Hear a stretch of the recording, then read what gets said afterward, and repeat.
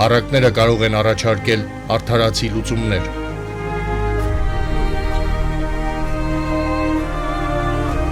Լսելի դարձնելով այսօրվա իրականությանն այնքան անհրաժեշտ ուղերձները։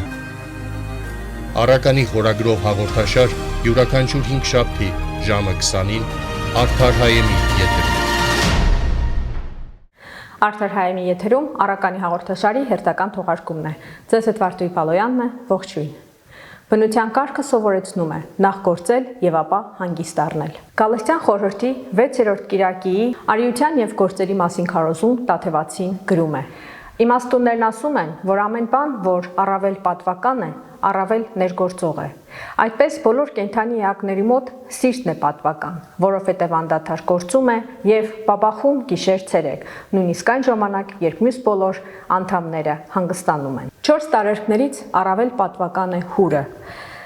Նա է առավել ներգործում, որովհետև միշտ վեր է խոյանում ու ջերմացնում, իսկ մարմիններից երկնային մարմինն է առավել պատվական, որ մշտապես գործում է։ Ուրեմն այն ամեն ինչ պատվական է, առավել է ներգործում, ոչ միայն ստեղծվածներից, այլև ստեղծողից։ Այդպես է նաև մարդը, որ անդադար պետք է աշխատի, որովհետև երբ դադարեց աշխատել, թռչուններն ու ավելի նվաստ կենդանիները կհանդիմանեն նրանց, քանի որ նրանք անդադար գործում են։ Տաթևացին մեծ տեղ է տվել բարոյական դաստիարակությանը, որի մեջ ամենագլխավորն ու կարևորը աշխատանքային դաստիարակությունն ու աշխատասիրությունն է, իսկ դրա լավագույն դրսևորումը գյուղատնտեսությունը եւ աշխատանքը հողի հետ։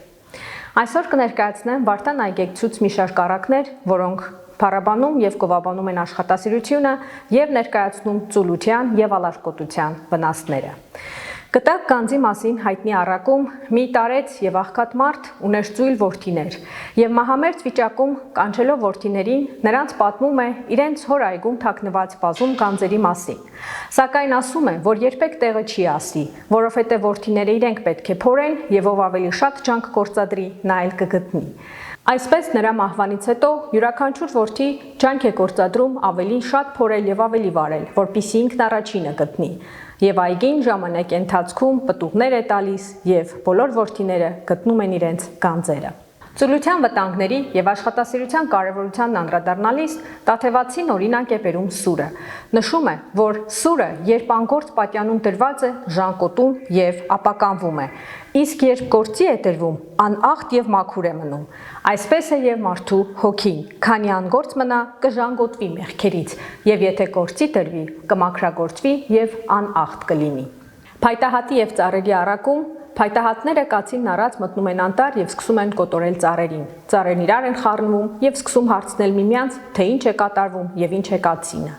Նոճին վայ տալով ասում է, որ կոտը իրենցից է սարքած։ Հետաքրքիր խորհուրդ ունի այս առակը։ Մարդ, մի տուր քեզանից մի բան, որով չարազենք կսարքի, որ գա եւ քեզ սպանի։ Քո մեղքերով եւ ծուլությամբ, հեշտասիրությամբ եւ հեղկությամբ։ Այսպես է ներկայացնում եւ մեկնաբանում առակը Վարդան այգեկցին։ Նույն խորհուրդն ունի նետ եւ գերան առակը։ Կռվի ժամանակ նետը դիպավ գերանին եւ գերանը ճանաչեց նրան, քանի որ իրենից էր տաշած եւ ասաց. Իմ ձեռքով արածը ինձ է հասնում, արժան եմ սրան։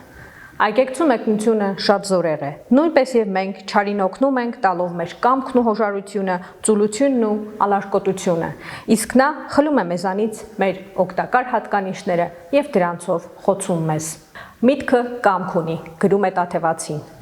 Մեր վարքագծի բարի կամ մեղավոր արարքների պատասխանատուն նախ միտքն է, որը կոչված է ուղղություն տալու կամքին, կառավարելու հոգու եւ մարմնի գործողություններն ու շարժումները։ Ինչպես ավելացնում է Տաթևացին, առավել վտանգավոր ու վնասակար են գիտակցված մեղքերը, երբ մարդը գիտի, որ սխալ է, որ մեղք է եւ այնուամենայնիվ կատարում է, երբ մարդը գիտի, որն է ճշմարիտը, սակայն կեղծում է, կեղծիք է գործում, մեղք է գործում, գիտակցելով, որ դրա համար պետք է արժանանա պատժի։ Երկրային կյանքը նախապատրաստություն է երկնային կյանք մուտք գործելու համար։ Ուստի երկրային կյանքում մարդու գործունեությունը, ապրելակերպը, հատկապես առաքինի վարքը համարվում է դեպի փրկություն տանող միակ ճանապարհը։ Մարդն իր փրկությունն այս ժամանակի մեջ կարող է ստանալ, որովհետև այն աշխարհում չի ունենա մարմին եւ չի կարողանա այլևս իր համար փրկություն գնել։ Պետք է մեր անցավոր ժամանակը չվատնենք ծուլությամբ եւ անդադար աշխատենք ու գործենք բարին։ Իսկ առաքինությունները մտքի բարի որակներն են, որոնք մարդուն ուղղորդում են դեպի բարի գործեր եւ տալիս փրկության հույս։ Այսօրվա համար այսքանը, կհանդիպենք հաջորդ հինգշաբթի։ Ամենայն բարին բարի կամքի տեր մարդկանց եւ թող իմաստությունը լինի մեր մտքերի եւ գործերի արդար առաջնորդը։ Առակները կարող են առաջարկել արդարացի լուծումներ։